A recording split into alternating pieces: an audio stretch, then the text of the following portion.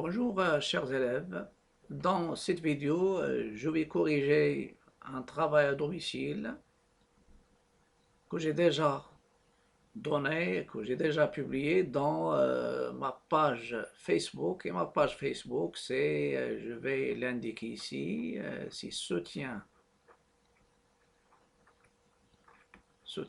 math.git.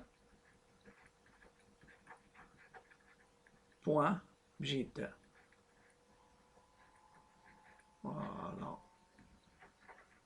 Vous pouvez voir bien sûr l'intégralité des sujets. Donc, soutien maths, donc ça c'est dans Facebook bien sûr. Et je vais, la correction des 3 exercices seront dans ma page YouTube, c'est-à-dire ma chaîne YouTube. Je commence par l'exercice 1. L'exercice 1, soit f la fonction définie par f de x égale à 1 sur x moins 2 la racine de x plus 1. Petit 1 justifie que d de f égale l'intervalle fermé en moins 1 ouvert en 0, moins 1, 0, union l'intervalle ouvert 0 plus l'infini. Petit 2, calcule les limites de f aux bornes de d de f. Troisièmement, montre que f est strictement décroissante sur l'intervalle ouvert 0 plus l'infini. Et quatrièmement, petit a, montrer que l'équation f de x égale à 0 admet une solution unique alpha dans l'intervalle ouvert 1 k 1. Petit b, vérifie que 4 alpha à la puissance 3 plus 4 alpha carré moins 1 égale 0. Je passe à la correction maintenant. Solution. f de x c'est 1 sur x moins 2 la racine de x plus 1. On a d de x appartenant à d de f, équivalent x, il faut qu'il soit différent de 0, et ce qui est à l'intérieur, c'est-à-dire x plus a, positif ou nul. Ça vous donne x différent de 0 et x supérieur ou égal à moins 1. Donc, je prends ma droite numérique, la droite numérique ça veut dire R, et je schématise moins 1 jusqu'à plus l'infini, mais il y a une exception, il y a le 0 à éliminer. Donc il vous reste moins 1, 0, union 0 plus l'infini. La limite de f, les limites aux bornes. Il y a la limite de f de x lorsque x tend vers moins 1 plus, ou bien vous pouvez calculer f de moins 1 parce qu'il est défini.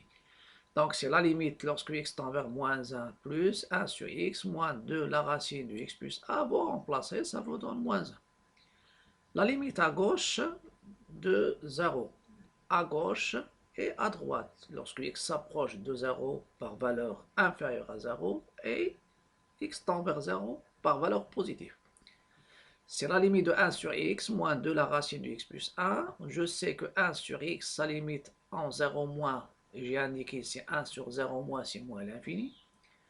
Et moins 2 la racine de x plus 1, vous remplacez x plus, par 0, ça vous donne moins 2 fois 1, c'est moins 2. La limite à droite de 0, c'est la même chose, c'est la limite de 1 sur x moins 2 la racine de x plus 1, 1 sur 0 plus, c'est plus l'infini.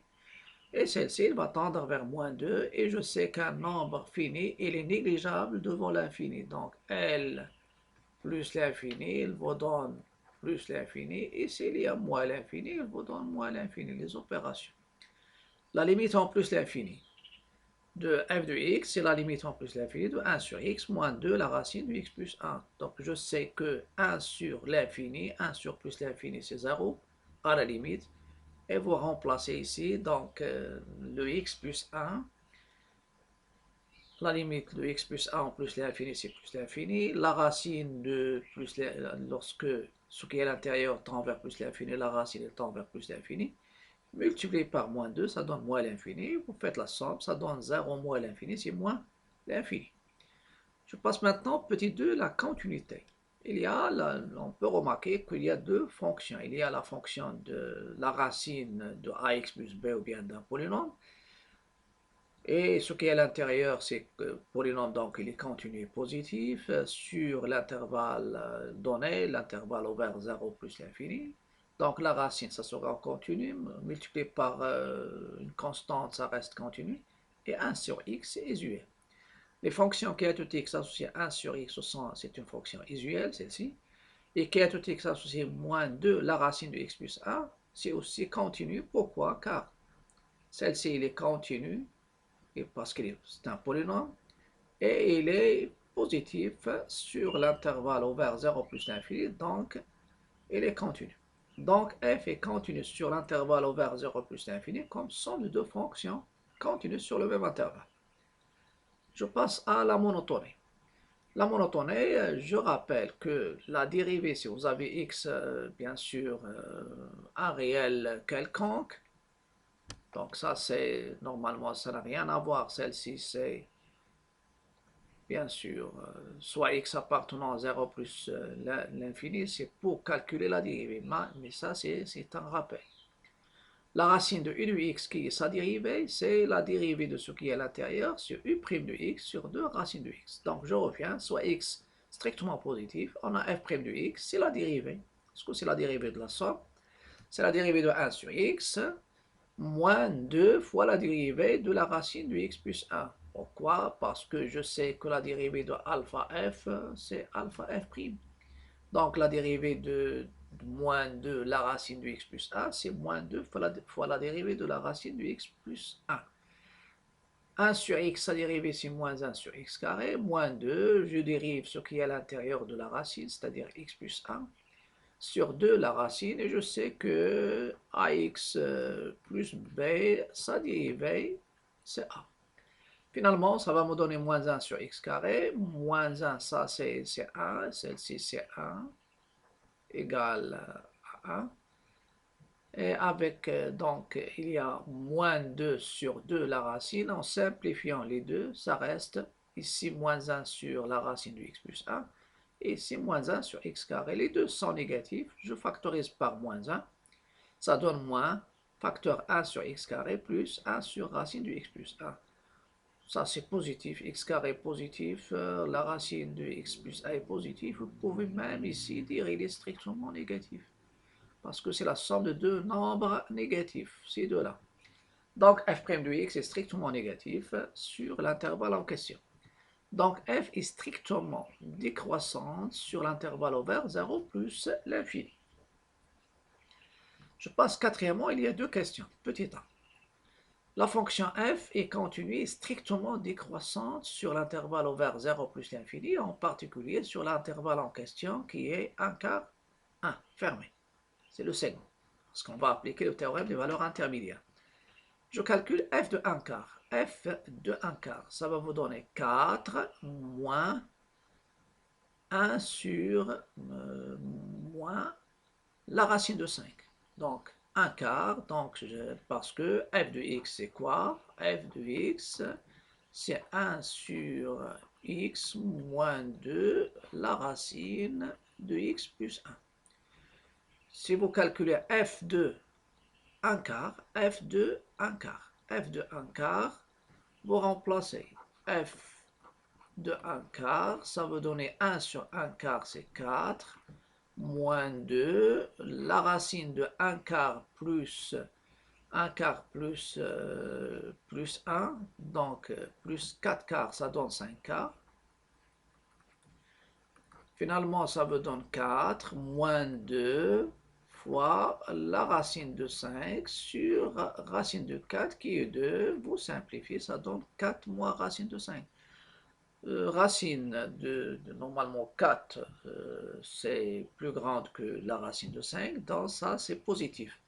F de 1, ça donne facilement 1 moins 2 racine de 2. Vous avez racine de 2, la calculatrice, c'est à peu près 1,4 fois moins 2, ça donne à peu près moins 2,8, donc ça donne un nombre qui est, celui-là, il est négatif. Donc le produit f de 1 quart fois f de 1, il est strictement négatif. D'après le théorème des valeurs intermédiaires, TVI, l'équation, puisqu'il est continu strictement décroissante, et f de 1 quart fois f de 1 est strictement négatif, d'après le théorème des valeurs intermédiaires, l'équation f de x égale 0 admet une solution unique alpha sur l'intervalle ouvert 1 quart 1. Donc le théorème s'applique à l'intervalle fermé AB, mais l'existence des solutions, ou bien l'existence de alpha tel que f de alpha égale à 0, c'est dans l'intervalle ouvert. Ça, c'est dans l'intervalle ouvert. On va passer maintenant à la dernière question. La dernière question, c'est de montrer que 4 alpha à la puissance 3 plus 4 alpha carré moins 1 égale à 0. Ce sont des questions qui se posent et ce sont des questions. Il faut s'habituer à ce genre de questions. Et il vient du fait que alpha est solution, donc f de alpha égale 0. Donc f alpha et les solutions alpha et les solutions de l'équation f de x égale à 0. Donc, puisque les solutions, ça veut dire f de alpha égale 0. F de alpha égale à 0, vous remplacez qui f de alpha? Vous avez f de x, bien sûr, c'est 1 sur x moins 2, la racine de x plus 1. Vous remplacez, ça donne 1 sur alpha moins 2, la racine de alpha plus 1. Ce genre de questions, normalement, vous pouvez les traiter avec l'expression de la fonction donnée et la condition f de alpha égale à 0. Parce que alpha, c'est l'unique solution. Ou bien, on peut avoir plusieurs solutions, on pose une question sur une parmi les solutions. Donc, ça va donner, je fais passer la racine au deuxième membre, donc 1 sur alpha égale à 2, la racine de alpha plus 1. Donc, f de alpha égale à 0, et vous savez que si vous avez alpha, c'est positif. Normalement ici, n'oubliez pas que alpha est positif ou nul. Strictement positif, pardon. Il est strictement positif. Alpha, il est strictement positif. Et je rappelle, si vous avez A positif ou nul, B positif ou nul, A égale à B, il est équivalent A carré égale B carré. Ça veut dire, vous pouvez. Donc, puisque alpha, celui-là, il est positif strictement, les deux membres sont positifs, je peux élever les deux membres au carré. Ça me donne 1 sur alpha au carré égale 2, la racine de alpha plus a au carré. Donc 1 sur alpha carré, et la racine, il élimine le carré, il élimine la racine, la puissance n, il élimine la racine énième, donc ça va me donner 4 facteurs de alpha plus 1. Ça veut dire par équivalence, 1 sur alpha carré égale 4 alpha plus 1, produit des extrêmes, produit des moyens, ça vous donne 1, donc multiplié, donc 1 égale alpha.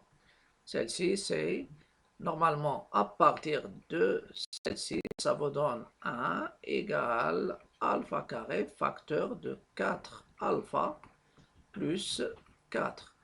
Et vous la développez et ça vous donne le résultat. Donc, vous développez, ça donne 4 alpha à la puissance 3 plus 4 alpha au carré.